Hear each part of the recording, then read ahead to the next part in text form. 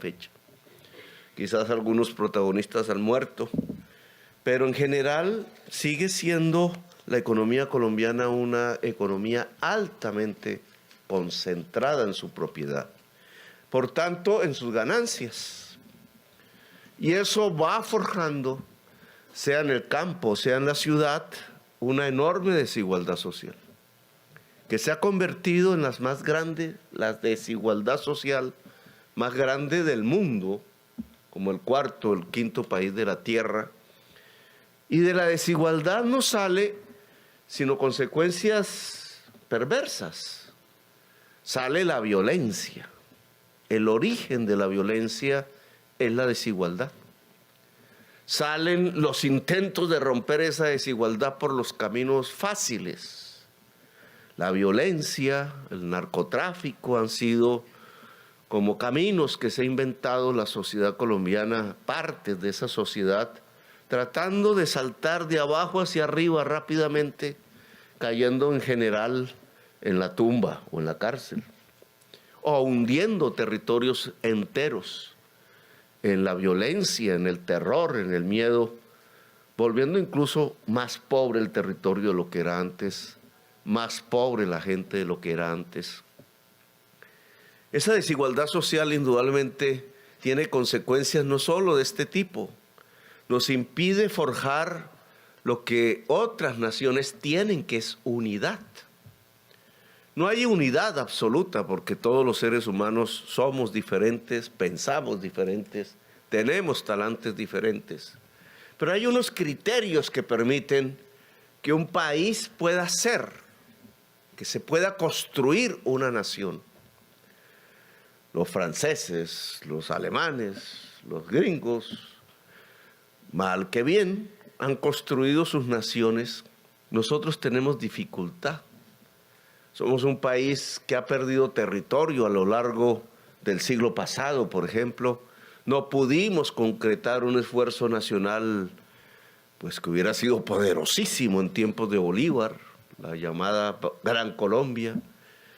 Y en fin, tenemos incluso problemas en la actual estructura territorial de Colombia, en sus actuales fronteras, de lograr que el Estado esté en todo el territorio nacional. Cuando en una zona cualquiera que escojamos, un campesino que tenga problemas de cercas con otro vecino, no puede acudir a un juez, no está el juez, pues recurre a la violencia o recurre al comandante que encuentra en la zona ejerciendo la violencia. Y se va destruyendo el principio mismo del territorio, del Estado y de la sociedad. En un territorio sin Estado difícilmente también se encuentra sociedad. No porque no haya gente allí, sino porque hay gente atemorizada, aterrorizada, hay gente desarticulada, ha perdido la energía de lo que significa la colectividad de los seres humanos tratando de dirigir un territorio para su propia prosperidad, para su propia estabilidad. Se nos pierde el territorio, la sociedad, la violencia, se nos pierde la nación, se nos pierde la democracia como un criterio. Las poblaciones aterrorizadas son víctimas de la compra del voto o son llevados como rebaños a votar. Y quienes salen elegidos así, pues obviamente no son los grandes líderes y lideresas decentes de un territorio, sino quienes manejan el billete en efectivo y en grandes cantidades. Y vamos cayendo como en un sifón, año tras año, década tras década, generación tras generación, sin poder construir la gran nación colombiana. Por tanto, la desigualdad social está ahí en esa base. Cuando salimos elegidos, lo dijimos en campaña, lo discutimos bajo la tesis de construir un país con justicia social. En la base de la paz está la justicia. Y una parte fundamental de la justicia es la justicia social, la equidad, la nación que permite que sus hijos y hijas tengan oportunidades, tengan posibilidades, puedan construir su propia trayectoria vital, su propio destino, cosa que en muchos rincones de este país no se logra. Juventudes represadas, reprimidas, juventudes que aunque sueñan, porque los jóvenes y las jóvenes sueñan más que cualquiera de nosotros, pues no pueden siquiera pensar que algo de sus sueños se pueda volver realidad cuando lo que encuentran es la pared triste y gris, decaída de un rancho, sin que haya ni siquiera una posibilidad de construir un futuro, una ilusión de volverla realidad. La economía popular aquí juega un papel, entonces. La economía popular es la que tiene la gente en su mayoría. La economía popular responde estadísticamente por la mayor parte de los puestos de trabajo del país. El puesto de trabajo aquí no se genera en el Estado, que sí los hay, pero el Estado no es grande. El puesto de trabajo no se genera como en Europa o en Estados Unidos en grandes empresas capitalistas de 1,000, 2,000, 10,000 trabajadores asalariados. En la China hay empresas de 500,000 trabajadores asalariados cuyos propietarios no son chinos, viven en Estados Unidos. Pero nosotros no tenemos eso aquí. El capitalismo en Colombia no se desarrolló como sí se desarrolló en otras regiones del mundo, generando una sociedad de empresarios versus asalariados y asalariadas. Aquí el capitalismo tiene la mitad de la economía. Generalmente no es de grandes empresas, es de medianas, pequeñas empresas.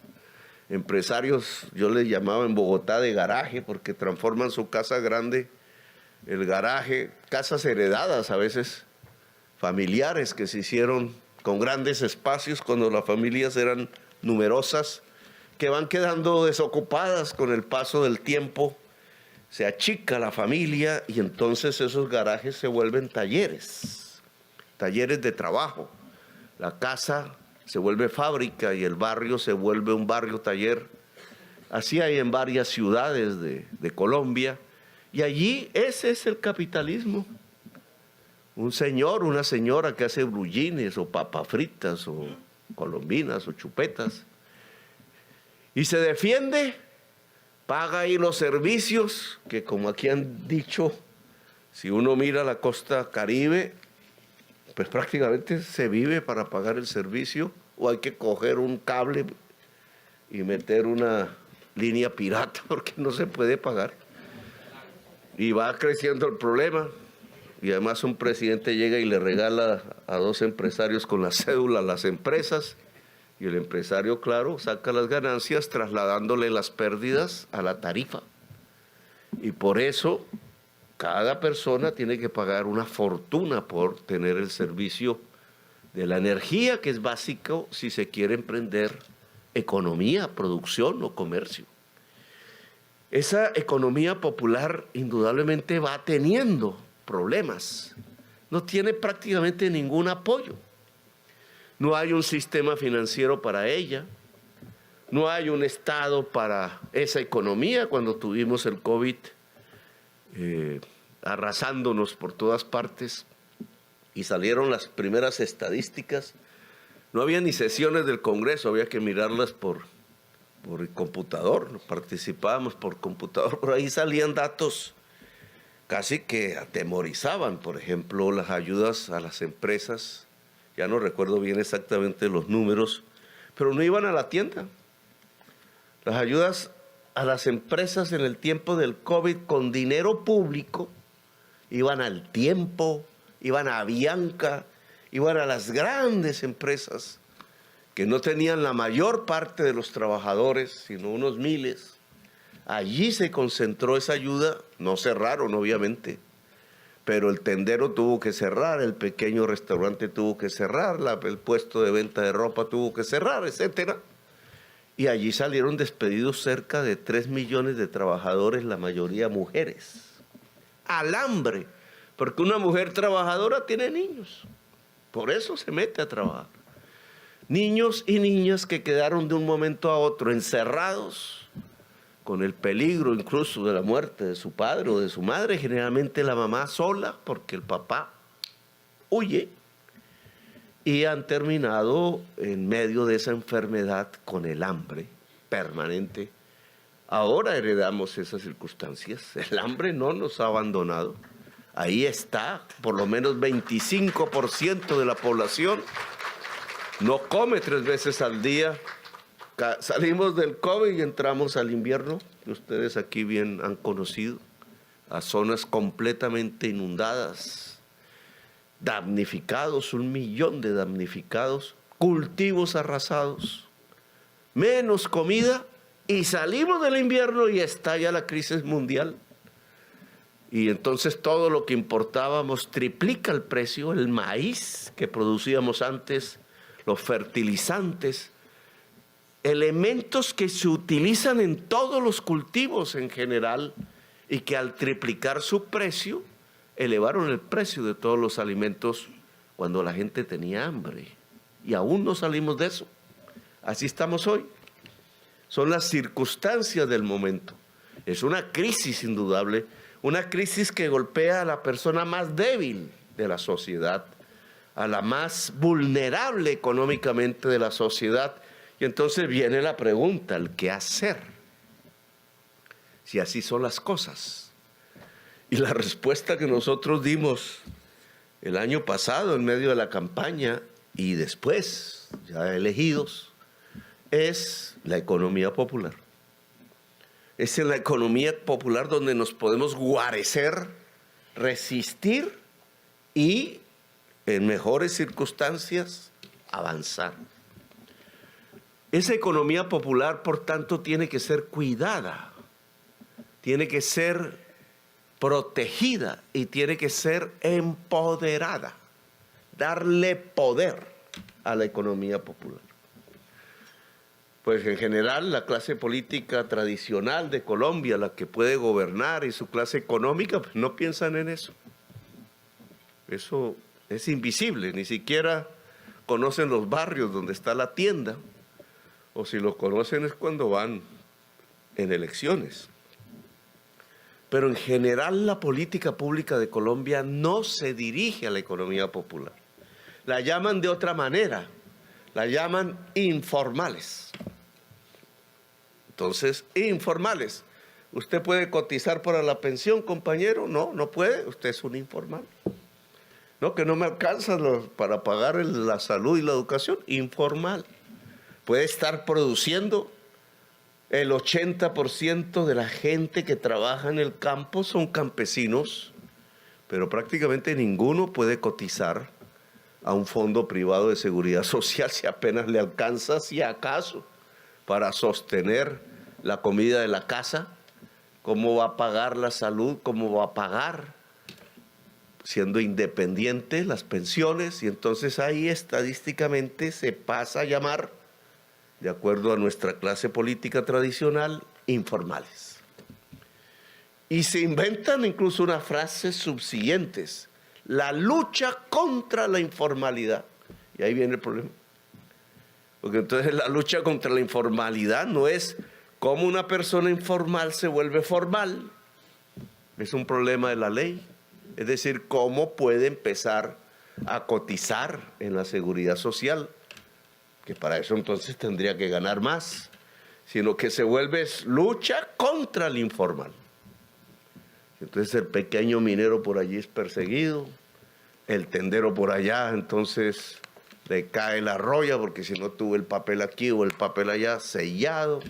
El señor vendedor ambulante en alguna gran ciudad pues es apaleado, la señora también es apaleada, el que puso un carro a recoger pasajeros pero no tiene las autorizaciones suficientes, que para tenerlas tendría que ser un gran transportador, pues también es apaleado, etcétera, etcétera, etcétera. Y no hablemos del campesino, que también, siendo independiente por allí en un rincón de tierra generalmente no fértil, pues termina con los fusiles en la cabeza, quemado su rancho, expulsado, desplazado, alguien se queda con su tierra, termina ya en esos rincones de la ciudad sus hijos vueltos mototaxistas y sus hijas quizás conducidas a la trata, a la prostitución.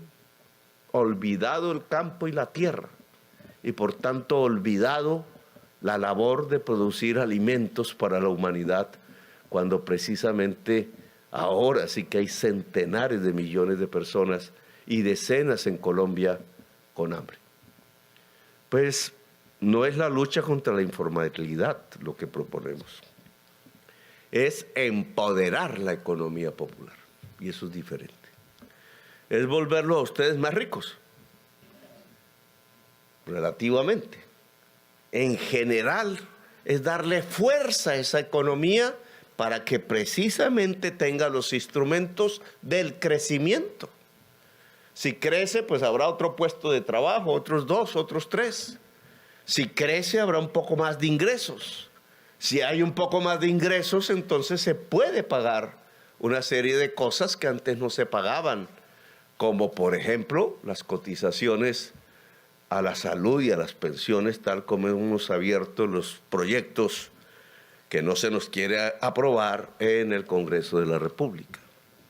Empoderar la economía popular es parcialmente, sin que sea lo más, lo que en este momento, hasta esta fecha, hemos hecho. Claro, cuando nosotros dijimos allá en la reunión en el Palacio de Nariño, eso fue ahí, digamos, una idea. Bueno, y las cámaras de comercio no son para ayudar al comercio, se llama así. Recogen plata de los establecimientos, esa plata es pública, porque es a través de la ley que se crea esa obligación, y bueno, se vuelven instituciones poderosas. Muchas veces, sobre todo en las grandes ciudades, manejadas por una élite muy poderosa, que son presidentes incluso de la República algunos, o aspirantes a presidentes eternos algunos, o son, digamos, grandes comerciantes de las que llamamos superficies, grandes importadores. La Organización del Comercio en Colombia está liderada por los grandes importadores. Muchos de esos decentes, pero bastante poderosos económicamente, algunos otros no tanto, porque la importación se ha convertido en un instrumento también del lavado de dólares, como el contrabando. Ese poder elitista hace que la Cámara de Comercio, que es una entidad cuasi pública porque maneja dineros públicos, quede al servicio allá del poder y no mire hacia la economía popular. Por eso lo que propusimos es que los delegados del presidente, las juntas directivas de las cámaras de comercio, no son la mayoría, pero sí hay, sean tenderos y tenderas. Esa fue la decisión. Ahí decían los del pacto histórico, pero que elija militantes del pacto. No, yo no tengo ni idea quién habrán votado, por Uribe o por Duque o por nadie, ¿no?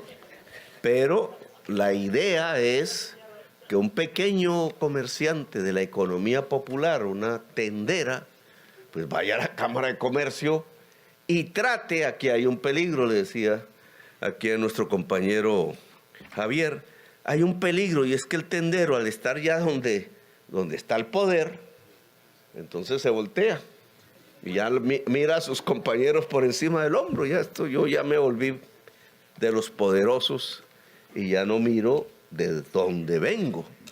Ese es un peligro que siempre hay en la sociedad colombiana.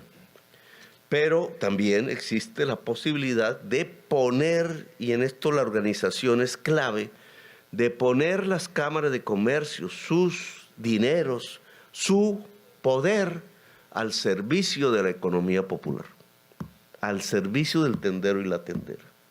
Van 30 tenderos y tenderas escogidos, y ojalá sean más, porque en eso yo espero que las asociaciones manden sus nombres. Nunca pregunto de qué partido son ni nada de eso, y los nombro como representantes del presidente de la República ante la Cámara de Comercio, representantes del poder nacional allá en su municipio ante la Cámara de Comercio, un tendero o una tendera.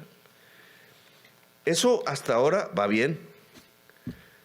Usted mismo afirmó, y este debería ser un programa muchísimo más extendido, ministro, que hay que hablar con el Ministerio de Minas, sobre todo aquí en el Cesar, que me permite hablar un poco de ese tema. La energía solar. O sea, hablando de energía, una propuesta para disminuir los costos de la energía, sobre todo en el Caribe, y sobre todo en La Guajira y en el Cesar, en el Caribe, es la energía solar. La energía solar se puede usar de día, obviamente. Si se acumula, sale más caro, se puede usar de noche, pero hay que tener baterías, más problemático. Las zonas del país que más sol reciben de toda Colombia son La Guajira y el Cesar, que es precisamente donde sale el carbón.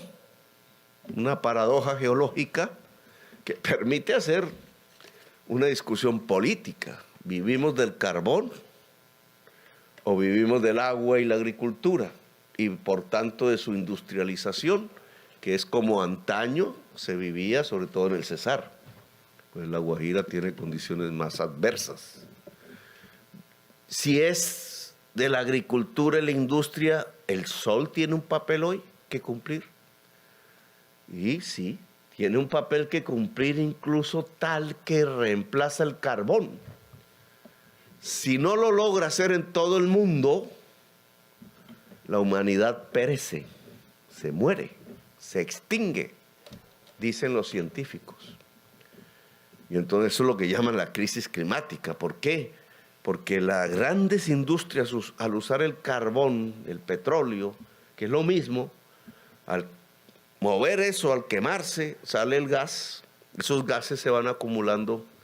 Llevamos 2 siglos acumulándolos en la atmósfera, por toda la atmósfera, y esos gases tienen la particularidad que concentran el calor del sol.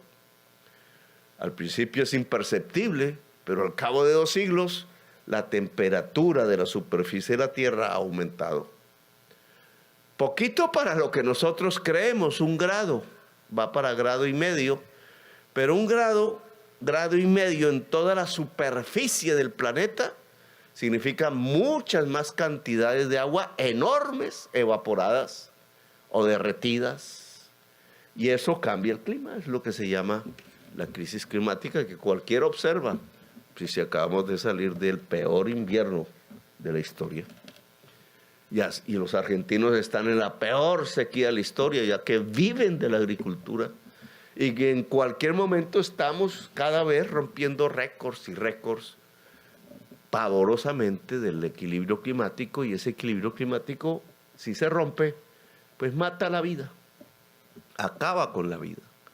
He ahí por qué la humanidad se acelera, se mueven las tuercas para cambiar tecnologías rápidamente, cree en eso, nadie sabe si se podrá, para cambiar carbón y petróleo por lo que llaman energías limpias. Ventaja de las ventajas, en donde se ha vivido del carbón, Guajira y Cesar, aunque soy de la opinión que quienes han vivido el carbón están en Bogotá y fuera de Bogotá y fuera del país. Eso no ha quedado aquí. Aquí quedan los huecos, inmensos huecos, pero digamos por circunstancias resulta que son las mismas zonas que más sol reciben. Por tanto, un gobierno y una sociedad, porque esto no se hace solo, debe intentar trasladarse de lo uno a lo otro para sostenerse en el territorio. Trasladarse del carbón al sol, ahí. Y entonces ustedes tienen aquí un programa que considero piloto, y es que con dineros públicos del Ministerio de Minas, eso se llama FENOGE, se instalen paneles solares en establecimientos comerciales, que va a bajar el costo de la luz ahí, pero también va a ayudar a la humanidad que no perezca y nos va a ayudar a que la sociedad que viva en el Cesar, toda, y en La Guajira, puedan captar en la práctica, no en el discurso, que sí se puede, que sí eso es posible, que se puede estructurar toda una economía, no solo la pequeña, sino la mediana y la grande, alrededor de nuevas fuentes de energía muchísimo más limpias, más baratas. Se podría reducir las tarifas de energía eléctrica si la gente que hoy no le paga a esas empresas por pobreza, tuvieran esas mismas empresas, pusieran en los tejados de las casas donde habitan esas personas paneles solares.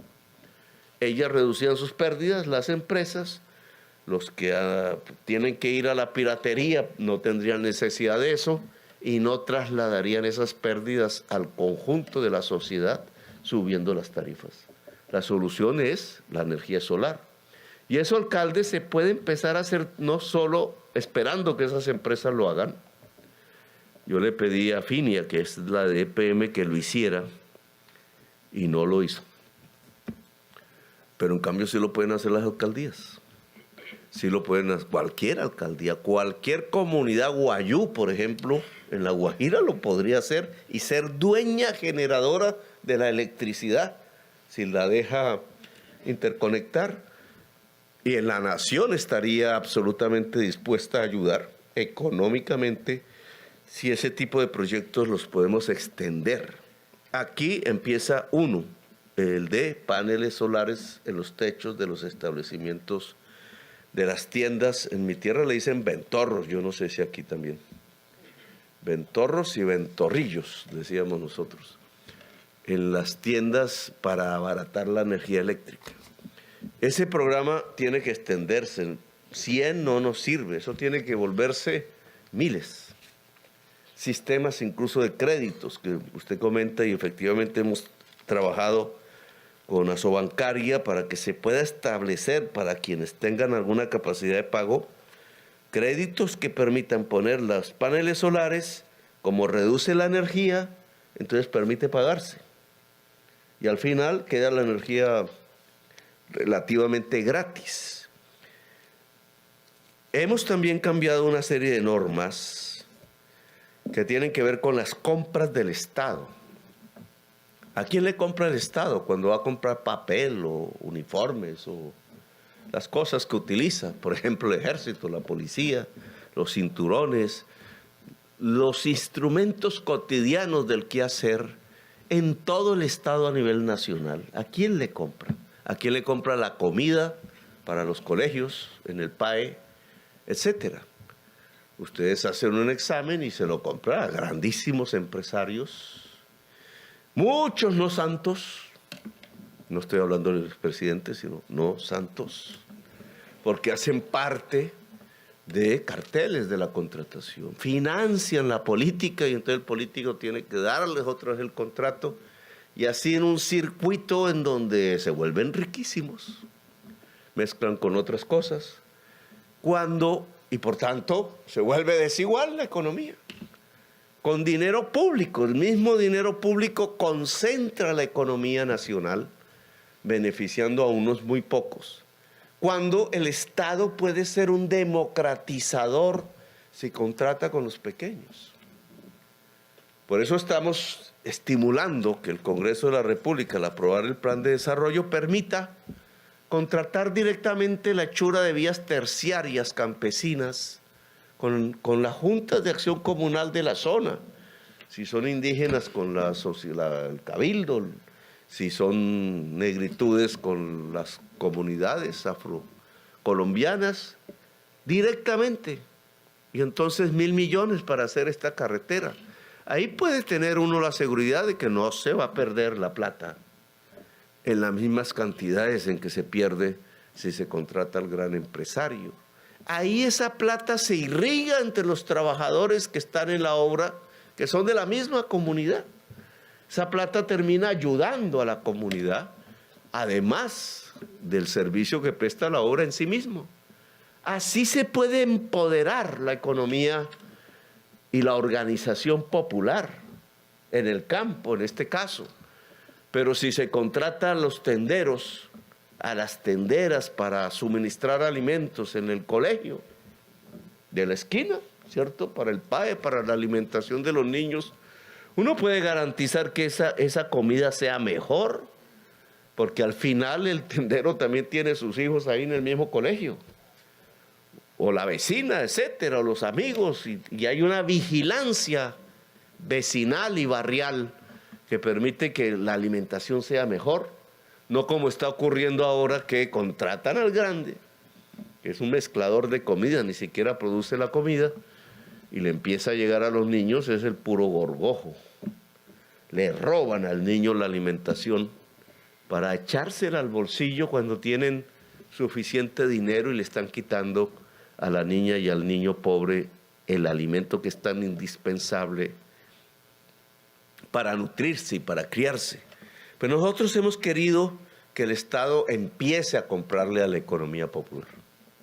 Y por eso hemos cambiado normas que impedían hacer eso, para que hoy un tendero le pueda vender al Estado, para que hayan compras del Estado a esa economía popular. Bueno, y aquí voy a terminar con este tema, porque me alargo mucho. El crédito, porque hemos hablado de energía, ¿cierto? No hemos hablado de capacitación. El saber es un empoderador, da poder a una persona que esté haciendo una actividad económica. Pero el billete también, ¿dónde está el billete?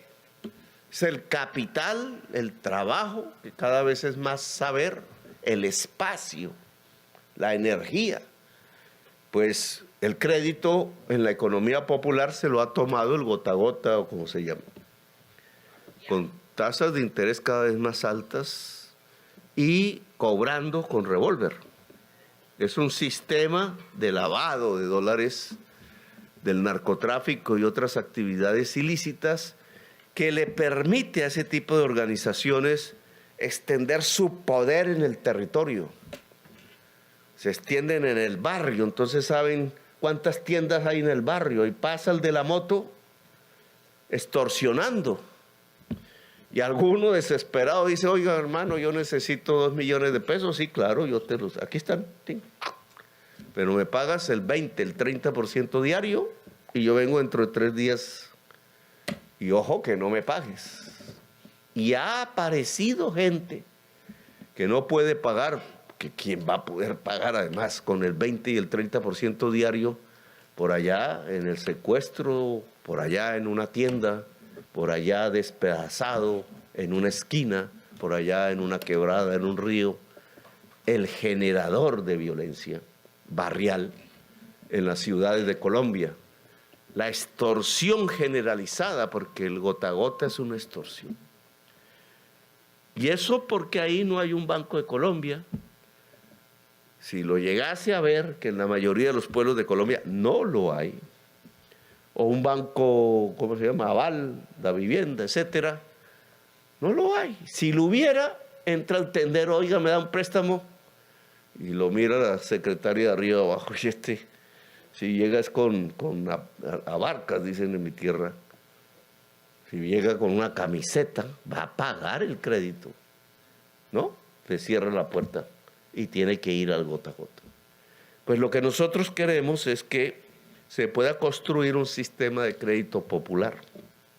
En esto las cooperativas serían claves, en la banca pública, el banco agrario, o un acuerdo con la banca privada para que no ponga problemas y entregándole el Estado el dinero, porque no lo sacan de sí mismos, se lo entrega al pequeño tendero o la pequeña tendera. El proyecto hoy tiene la posibilidad de entregar 1 millón de créditos, 1 millón de personas, pequeños créditos, como hace el gota a gota, que reemplace el gota a gota, porque no será al 30% diario, si es que todavía se consigue ese nivel, sino el 1% mensual,